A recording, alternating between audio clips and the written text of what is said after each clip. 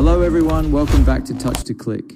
In today's video, I will show you how to check processor in PC using a simple built-in method in Windows. Now let's get started. Step 1, click on the Start button located at the bottom left corner of your screen. Then go to Settings to open the Windows Settings panel. This section allows you to control and view important system options on your computer. It is important because this is where you can access your device information safely and easily. Step 2, select System from the list of options and then click on About on the left side of the screen. The About section contains detailed information about your computer hardware and Windows version. This step helps you navigate to the exact location where processor details are stored. Step 3, under Device Specifications, you will see your processor name and speed listed clearly on the screen.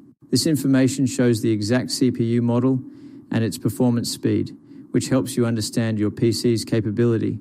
Checking this is useful when installing software, upgrading hardware, or troubleshooting performance issues. Thank you for watching, and please subscribe to Touch to Click for more helpful tech videos.